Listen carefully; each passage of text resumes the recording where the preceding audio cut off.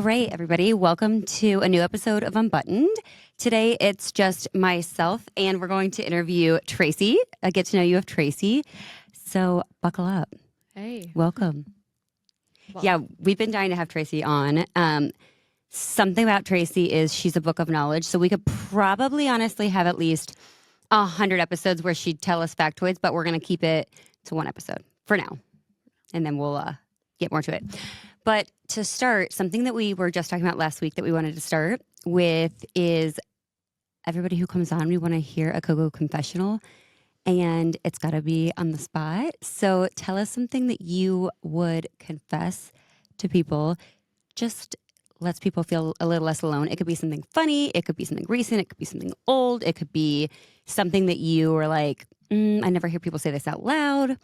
It could be whatever you want your confession to be. God, I'm the worst at on the spot stuff. I know. I like, really hate it. I know. Well, you're gonna have a hard time today. I know. I will go with my one confession that I've said and we've now joked about. But if it was socially acceptable, I would take one weekend out of the month, do some cocaine or something, and get a lot of work done. Okay, we laugh about this in the office probably weekly because Tracie said this one time. In a joking way, obviously. She's like, if I had some cocaine and Savannah was like, it could be a fun weekend. And Tracie's like, I'd get a bunch of laundry done. And it was the most relatable mom thing ever. We were just joking. Obviously, we're not doing cocaine on the set. Let's be very clear. But it was a running joke. It was a joke. It was more like a line of I would really love to just have enough energy to just get if I could check off all the mom things that are on my list and all of the things that has to be done around the house. Totally. And the get to focus on work and just really drill in. I can't imagine what I might be able to solve all the world's problems in one weekend. Probably, honestly, I would believe in you. I'd be Team Tracie. She'd probably solve world hunger.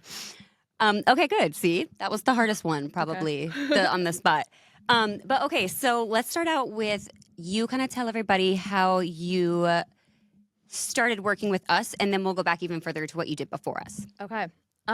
So I was on a bit of a career hiatus doing the mom thing. I'd been home with my daughter for about 5 years at this point in time. I'd had twins, and I was just starting to be ready to take on something for me again. Yeah. And one of my friends in the mom group that I was part of said that hey, there's this local company looking for someone to sew. I know you sew. It would be kind of a decent part-time job as your kids start to grow up and you need something to do. And so I responded and was really hoping that you guys would like me as much as I wanted to wanted the job. Yeah, we knew right away that Tracie was going to be our pick. But the funny part about that is we had quote unquote interviews at a coffee shop, and Elizabeth and I were laughing because we're like, if these people knew how unlegit we were right now that we're holding interviews, because this was at the beginning of the shop, so it was just funny from our end because you saying I was hoping you guys would like me in the interview, and we were like, yeah, it was real laid back. Yeah. So I started actually sewing in tags with Coco the shop, and that's what I did for the first 6 to 8 months. But it really around 8 months was when we really started to swap things around. And that's when Tracie was doing this, she was doing it from home. So she would come once a week and we would swap out items and whatnot. So we knew Tracie because we'd see her once a week, but we didn't get to know Tracie as much until she was in the office, and we kind of switched her role a little bit. Obviously she was always part of the team, but we also realized very quickly that Tracie has a numbers brain, and we really needed a numbers brain. So, and honestly, the sewing and all that just got to be a lot with how much inventory we had. So we kind of pivoted, one of our many pivots, and moved Tracie into a different role, which is now, I paused because I was like, all of our roles are a lot of things, but I would say analytics, data, and a lot of back end of website and site management. Yeah. Site maintenance. Which sounds so bizarre because Tracie does a million things, but if I had to put an umbrella on it, would you say that's what you do? Yeah, site management and analytics. Yeah. Yeah. And when we say analytics, Tracie will hand us on any given day a 5-page spreadsheet full of numbers and say, here you go. But Tracie and I have had a lot of learning about each other over the years, because we are the same in the fact that we have ADHD and we're a little bit type A and we like a good plan, but we're very. But our type A's are different. Yes, like, that's what I was going to say. Like you're very type A about, I feel like that's my type B, and then it's the opposite way around. Totally. And so like. So we thought we were very similar and that we would probably like learn the same or like present things the same, and we quickly learned that we are not. Tracie, like I said, can pass you a sheet of numbers, and that nothing makes my head spin more than just like a sheet of numbers. So we're fine. We've found a pretty good groove. Like now Tracie really gives things to me visually, like I'm in second grade, and it's worked for both of us. But we, yes, are different type A's. Like I love a list. I love to check things off a list. I like a deadline. I like to get things done. Whereas Tracie, a list is not her thing. And I will make a list and it will end up in a drawer, wad it up. Maybe I'll check a couple things off before like I forget that list exists. But a lot of the things that I do also, like, they're like on the spot moments, like we might want a certain number or we might need a certain thing, and then all of a sudden like we realize that there's something else that like is more important or a bigger focus, and so that shift happens. And I've always kind of had that element in my career, so like it's a little more on my toes. So lists never ever got completed in my past, and they still don't get completed. Like, that's fair. And I came from like the teaching world where like I could complete a list, and I still do complete a list. It's just how like my brain functions. I have to have it organized somewhere or else I won't ever remember it. Yeah. So it's funny. We're like different type A's, but it works. Yeah. And I think that was a really good point. If we've learned anything from this job, it's that everyone is pivoting every single day. Every day. I mean, it changes every single day. But I mean, in a good way, good things. You just said something that made me think of another question I had for you. We were talking about type A, making lists. I don't know. Okay, now that you've transitioned into your new role, though, so that was back like 8 months after she started. She started in like a February of 2023? I think I actually did my first order were those Coco sweatshirts, and I think I picked them up like the week after Thanksgiving. Or not Thanksgiving, Christmas. Okay. I was like, I knew it was the winter, and I couldn't remember like and then like whereabouts. My first like real load of clothes that I picked up, you guys were already in Dallas for the market. Right. So I just like showed up and felt like I was stealing stuff from Elizabeth's house. Right. I know.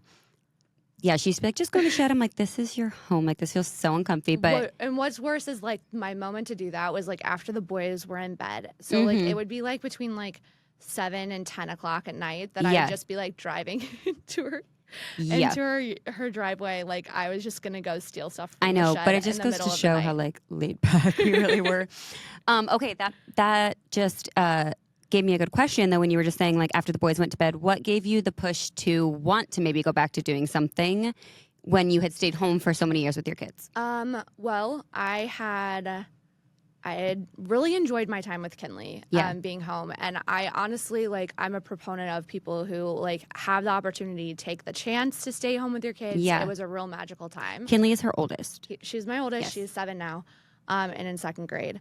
But then COVID hit. Yep. And we were home a lot. Yep. And what started to feel like I was cheating the system and getting to take, like, special lunch dates turn into... like never leaving my house, starting to feel like just housework was all I had to like define myself. We had that in common as well. Like I loved staying home at first when it felt like a cheat code. And then it became like trapped. Yes. And lonely real quick. So I can definitely feel that. Yeah. And then I was in a mom group, and within being in the mom group, I think I was part of the group for maybe 3 to 6 months. Okay. I agreed to be part of the board, and I went on to be the newsletter coordinator, but the woman who was going to be the president, her husband got a job out of state. So they were in need of a president. And, which is, Tracie's probably was so good at this job. Which was totally like, I hopped right in. Oh, I'm sure you did. I'm like, she probably had a whole sign-up data sheet already. We did a lot of...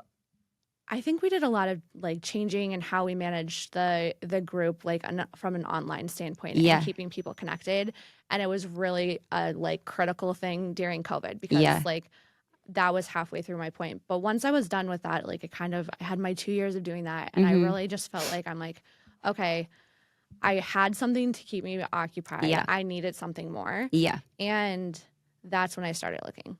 Yeah, that like itch And I for wasn't something even for really, yourself. I wasn't even quite looking yet. Like, I had even just mentioned the fact that I'm like thinking Yeah, about because it. somebody had sent it to you. Yeah. It wasn't even like you had found it on your own, which is also pretty cool that somebody like thought of you and then it ended up working out. But yeah, I feel like I can relate to that in the sense that like I honestly thought I was going to stay home like permanently and maybe once my kids went to school like go back and do something else.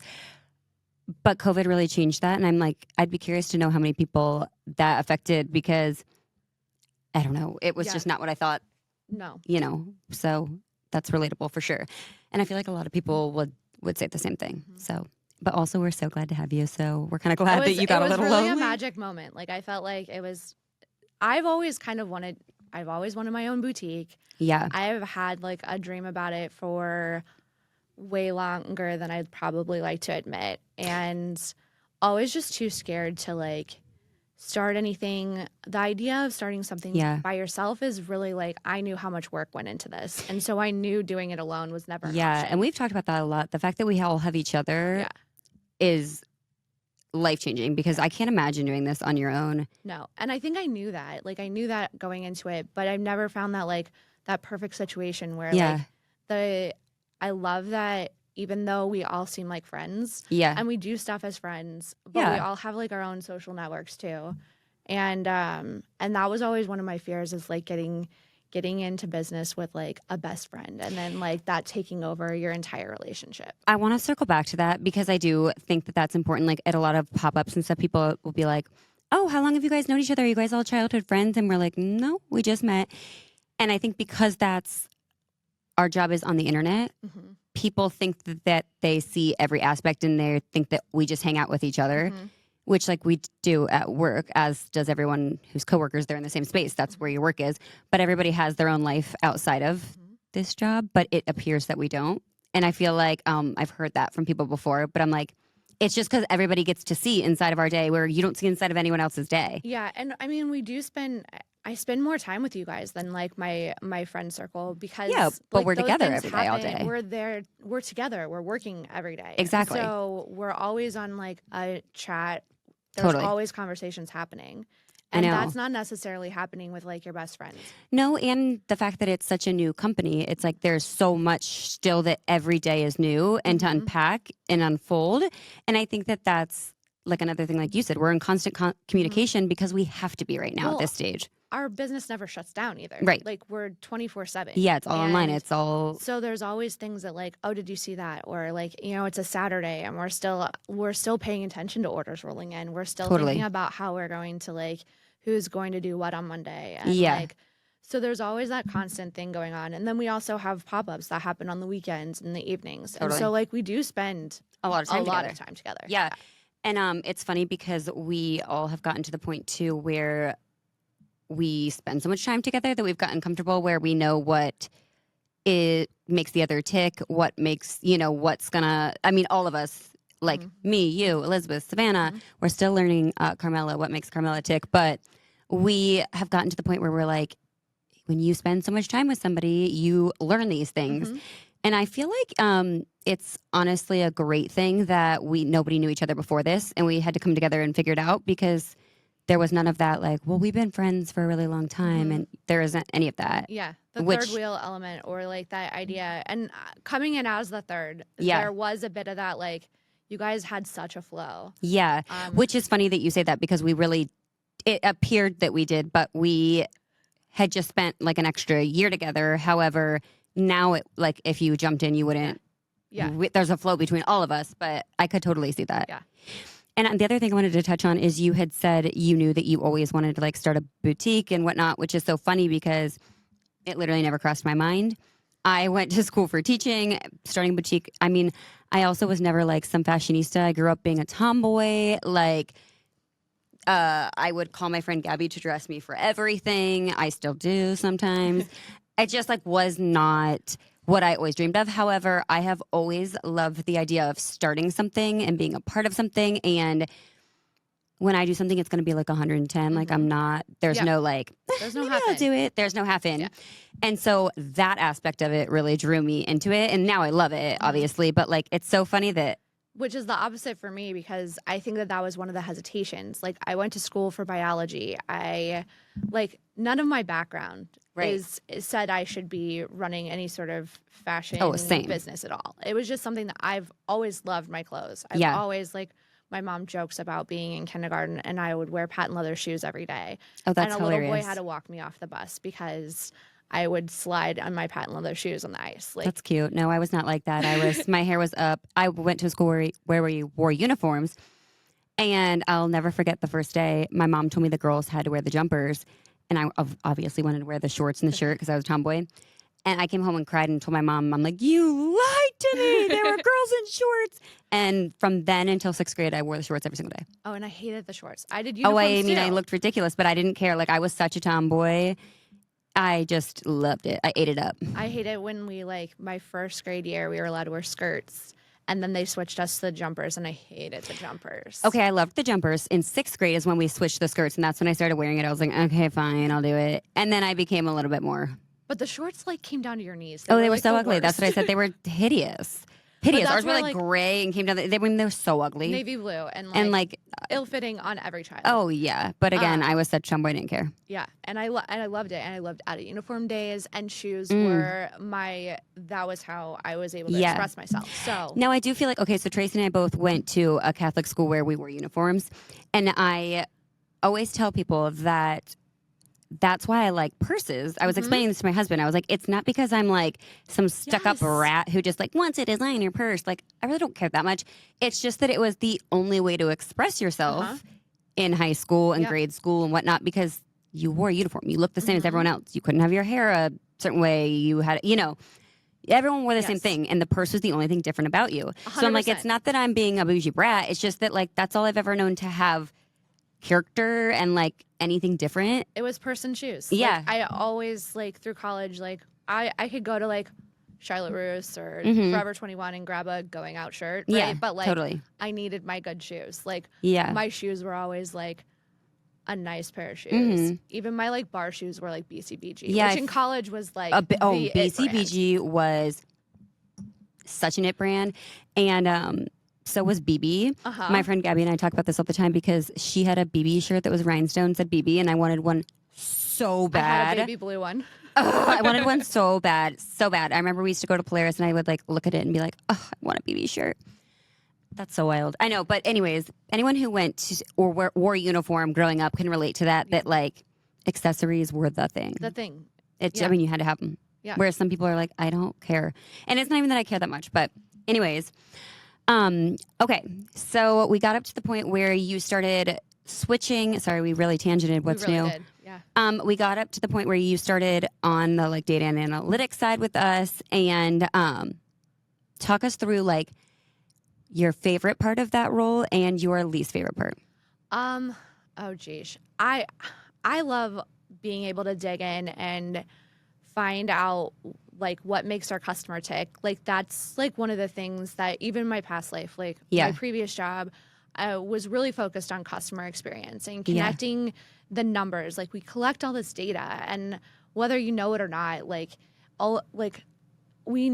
can see what sizes you prefer and what colors tend to work. And I love to be able to be our customers love this, but then they're hesitant about this. Yeah. Because I think that from a buying perspective, totally it has to help. But it does. But two, I love to know that every time we do that, we're refining what service we're providing our customer and making it that much better for them to enjoy being here.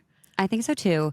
And Tracy's really good at collecting that stuff and presenting it, but sometimes y'all send us for a curveball and something we think you're going to love based on past data is the opposite or vice versa. And I'm like, oh my God. But ultimately it really does help drive the buying and all of that. We've really come a long way in our processes, and it's been cool to see how everybody's piece and part plays a role in it. And I don't know, it is really cool to see where we started to where now. we started to now. And I think it's evolving, and you can see a little Totally. piece of each one of us and what we're buying and like how Yeah. we style it. But I Yeah. will say, like, if you ask what one of the things that frustrates me, it's when like I know the number I want to get, or I know Mm-hmm. what data point that I'm wanting to get to, Yeah. and I can't get to it. Yeah. Between the different systems we use, Yeah. like some of the numbers and the data I want is kind of gate kept. And And you're always like held back a little bit by like they only release things on certain dates and this yes, and that. Like it's not like you have all the I access don't you'd have love full to have. control over what I want. And in my past life, I had a lot more control over Mm-hmm. that. I could run my own queries, and like connecting the Sorry, dots I'm was a laughing lot. because I don't even think I know what the word query means, but keep going. But it gave me the chance to like really create a report like from scratch, Totally. so that I wasn't piecing together numbers and having to smush things together, which is Yeah. what I do right now. When Tracie puts on her tech brain, we call her Travis, and in Travis we trust. So if you ever hear us saying Travis, it's because that's Tracie's alter ego here. But that was going to be my next question. What was your least favorite part about your role? So you answered that part. And then you've kind of told us about your favorite part. If you had to tell us one hope you would have for Coco, what would your hope be in the future for the shop? Oh, geez. I mean, I just want to see us grow, Yeah. right? But I think like having a bigger presence, like not just in Ohio, like just to really be able to like start branching out into more areas. Yeah. Um, that's, one of my personal Yeah. projects. Like I'm trying really hard on trying to find ways Yeah. to like get our data and SEO up and running Yeah. to a point where we are there. Um, but I mean, I just like I I'm excited to see like the world in which we completely grow out of the space, I and like know. we have far more employees I and totally can agree. really like Scary but really cool to think about. yes, scary but cool. I know. Another thing about Tracie that I have just like observed over time is, like she said, she has Kinley, who's her daughter, and she's brought like Kinley in here and stuff. And it's really cool to watch you as a mom show Kinley how to like kick ass and be working, but still be like, Tracie attends all of Kinley's dance. And when I say all, I mean she's always dancing. So when I say she's like part superwoman, she's at dance showing Kinley what like a supportive mom is, but she's also here showing Kinley like you're allowed to have a life for yourself. And I think it's really cool to see you like show your daughter. I mean, I have boys, so like I think they just see it in a different light Mhm. too, but like to see you show her is really cool to watch. I think like one of the fun things too about what I do is like everyone growing up, like you're really good at math and science, you're really good at math and science, you're a STEM girl. Yeah. And I always translated that into needing to be in a very traditional math or science or engineering role. Yeah. Right. And I struggled with that to start with because I felt like that's where my place was. Yeah. And now like I'm able to be like, yeah, you can love girly things and still use math. Yeah. Like that's the part that I really love, because this is the perfect mesh of the things that like my brain does naturally, but like what I actually enjoy. Yeah. And you're so good at it. And that's such a good point that like sometimes when we're growing up, it's like we unintentionally get put into a box just from like our what we're good at, but there's so many other things that pertains to that you can do. It's just that's why it's so hard to pick your career when you're freaking a teenager. It's like, I don't understand how you're supposed to know. Yeah. First of all, I didn't know half the jobs that are out there right now existed, let alone would go into. I mean, half of the jobs didn't exist either. True. Like, that's the other thing, too. Like, I think that we spend so much time, what do you want to be? Who do you want to be? I try not to ask my kids that anymore because I just that's feel a really like good point. That's asking, like, what do you like? Like, Kinley is like my favorite subject's math. Why? Yeah. What is it about it? Like, what do you like about it? Right. Like, that doesn't mean you need to, like, grow up and be a math teacher or, like, grow up and just be simply, like, somebody who sits there and computes math. Like, you can apply that to different things, which is cool. Okay, one last thing that I wanted to ask you, because since it's, like, you and I feel like you and I, and correct me if I'm wrong, I feel like had an adjustment to being on Instagram and showing our life and having, like, family, friends, everybody hearing what we're doing all the time. Whereas like Elizabeth had a blog before this. She had her own personal page. She was used to like talking to her phone all day and like people seeing what she's doing. However, when we say seeing what you're doing, it's like people see like They see maybe what they wanna see, 3% yeah. of the day, Yeah. but they're going to see what they want to see. And I know personally I've had to learn to like grow a thick skin, for lack of a better term, of like, you're only seeing what you want to see. You're only seeing a snippet. And also not only growing a thick skin, but gaining confidence. Cause I feel like that was a really hard thing for me to be like talking into the camera or doing a try on at first and all those things. So like, how do you feel from the start to now? I'm getting used to it. It's something that I always like. I've never been shy of the camera, but I feel like I've always been behind the camera far more than I'm in front of the camera. Not just, and I don't just mean here. I mean like at home. Like my husband's not sitting there and taking pictures of me with the kids. Oh, right. It's a If you look at sometimes like it's a albums, constant it's battle everyone at would think our mom's house, like right? not there. Yeah, and so like I feel like I'm always like the person behind the camera, taking the picture, experiencing everything, Yeah. and trying to get the memories. But I'm not in front of the camera. And reminder, I had twins 3.5 years ago. Yeah. I was, I got over 210 pounds and I stopped asking. Well, you right? also were like carrying 2 babies and you are tall, but like when you don't feel Yeah. yourself, you don't feel yourself. I mean, like that's, it but like doesn't, my body has gone through so many fluctuations. So like, I think like seeing yourself on camera and seeing the changes that are there, I think has taken a bit of time to get used to. right. Because I'm never going to look the same way I did before kids.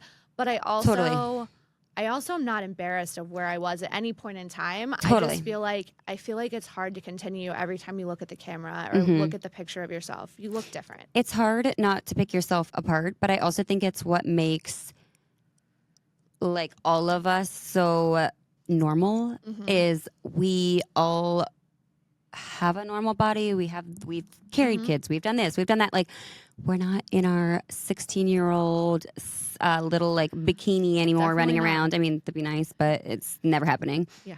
And I think people can relate to that. Like, and nobody, as you get older, as you enter different parts of life, like your hair changes, your body changes, your face changes, and it's okay. Yeah. And obviously if you are uncomfortable in your own skin and you want to like change the way you feel about yourself, like that's great. More power to you. You should. You want to feel confident, but also there's nothing to be embarrassed about being how you are. Well, and I also think a little bit too is just like getting comfortable in front of the camera, right? Yeah. Like I said, I'm normally the one taking the pictures of everyone else. Right. And when I was in front of the camera before kids, like everyone lined up in a line and put their hand on their hip, or we did like the sorority squat. Yeah, because Tracy was like a dancer, a cheerleader, and she was in a sorority. Like I could totally see that. It was all posy pose. It's all very posy pose, and it's really hard. Like when we go to do like lifestyle photos to not look like I don't know how to be in front of the camera and not be like. Yeah. And pose and smile or whatever. Totally. And so like that's the other adjustment is I think we are working on trying to be far more natural and more ourselves in front of the camera than we used to be. Yeah. And there is definitely an era shift there. And that's hit me harder than I think I realize sometimes too. I agree. And I also think something that people should realize is Sav and I did a try on today, so 2 of us, and we tried on 14 items each. And I just went through 525 photos to go through just to find some good ones. Yeah. Now, to be fair, it's because we, click just to get good ones. But at the same token, I hope that nobody looks at it and is like, oh, you guys always take a good picture. I'm like, no, that's a joke. We take more bad pictures than we take good pictures. And happy to share any of those, but I don't think anyone wants to see them. So yeah, okay, that's, I feel like a really good point and really relatable. And I feel like you've done a really nice job. I still don't know what to do with my hands. Well, yeah. Does anyone? Well, maybe Elizabeth. I'm like, I don't know what I'm supposed to do with these things. Like, if they don't go here and on my hip, like, where are they supposed to go? I know. I'm a hand on the hip, and I also think that I'm short, so sometimes posing, I'm like, oh my god, I look like a tree stump. Whereas at least you got the tall legs going for you. Yeah, I sometimes feel like a tree. I take it. Yeah, that's fair. Everybody has their thing. Yeah. Which, whatever. Okay, if you were going to tell people one thing you'd want people to know about you that they may not know about you, what would it be? I don't know. I feel like I'm an open book. I don't think that there's like a lot of things that I don't share. Yeah. I'm a mom of 3. I don't know. Yeah. I feel like the one thing that I think is surprising though is that like my background really like I think where I come from, right? Like Yeah. I have a background in biology. I work at a fashion Yeah. company. And we can cut this out if you want, or we can keep it in. So just prefacing that, I'm going to say something that Tracy had said a while back that always stuck with me that I was like, yeah, I could see that. Tracy is like really friendly, easy to get along with. She's got so many different talents and things. And I remember you saying once, and this isn't an exact quote because I can't remember exactly how you worded it. So you can correct me if you remember exactly how you worded it. But you said something like, I just always struggled to fit in because I fit in so many different places. Mm-hmm. And I was like, that's a really good point. Like, I feel like when people think of fitting in, they always think of because you're not like, you don't fit in with anyone, but really you could fit in a lot of places because you have so many different like avenues and facets to you. And I thought that was really cool to hear because I was like, I could see that. Yeah, it's hard because like, you know, I was never the best soccer player, but I played soccer. Right. I was never the best cheerleader, but I was a cheerleader. Like Mm-hmm. I always felt like I was on the outside of the inside, Mm-hmm. and never quite on the inside of anything. And so I don't know. There's an element to feeling like always like welcome by everyone, but Right. never quite like always there. I don't And know. you explain that so good. And when you explain it, I'm like, okay, yeah, I know I can see like where you would have that feeling. Like Mm-hmm. if you didn't feel like the best player, the best this, like, I mean, I could see that like on the soccer team. I was like, I by no means was the best soccer player or, you know, I did cheerleading for a year. So I could see, I guess I never thought about it in that way because I always grew up with the same set of friends and like we were always friends. So like I always fit in with them. But it's so interesting that like you can fit in so many places and still feel like you don't fit in, but also to just have the confidence in yourself. And we were talking about this because I was like, well, you do fit in, you know, like I feel like a chameleon. It's yeah, I like was gonna kind of say, I how remember you. I've always put it. Like I feel the same way about clothes too. Like I've always said that I'm kind of a bit of a chameleon. Like Mm-hmm. you send me to a country concert and I will look like I belong at the country Oh yeah. concert. You send me to a rock concert and I'll belong at the rock show Mm. too. And like Yeah. I always like I Have kind like of a theme. dress for where I'm going. Yeah. I dress for like what I want to do at the time. I Totally. don't think that my closet is ever cohesive because I'm Yeah. constantly evolving Totally. based on like whatever trend I kind of appreciate at the moment. Yeah. Which is really cool. I love a theme and I will go hard on a theme, maybe a little too hard, and I need to relax on the themes. I never will. No. I That's take it what I to love the about to the it. unnth degree. But my closet is always full of black, gray, white, and tan. And I feel like I would like to branch out more with my style, but I feel like until my older age I didn't like learn what I liked and disliked. But to hear you say that is really cool because I feel like a lot of people can relate to that. And when you described it like that, I was like, oh my God, yeah, that is a relatable feeling. Like you fit in so many places, but you're like, do I fit in? Or am I fitting in because I'm trying to fit in, or do I fit Mm-hmm. in because I actually belong there? And I think that that's the like, I don't Yeah. ever feel like I'm trying.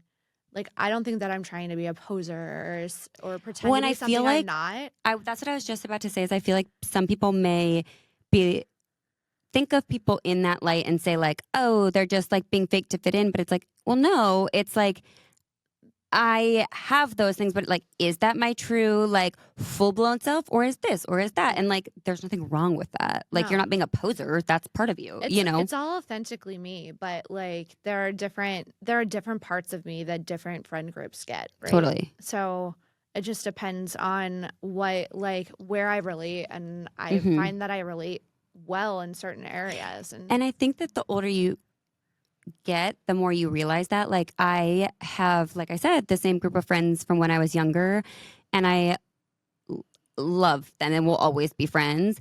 But it's hard because not all of us have kids. And, you know, so I sometimes like, I more so struggle with like giving everybody the like attention and time that I feel like everybody needs. And it's just like a balancing act. I think that that's just motherhood though. Yeah, Like totally. honestly, like I give my career effort right now, and I give my family a lot of effort, and Yeah. I don't have a lot of bandwidth to just really be the friend that I really wish I could be for Same. And I feel like a everyone. shit friend. And then I But beat myself up about it. but I have to remember that like I have to have something to give to my kids every day. Yeah. And unfortunately, like they need someone to take them, then drive them and tell them to take a shower and help them take a bath. Wake them up, make them breakfast, do this, pick do out that. their clothes. I am 100%. constantly doing something that most of the time I don't have the moment to stop and really give the attention to the other people in my life. Yeah. And it's not because I don't love them or I don't wish they were around more often or I don't wish I got to see them, but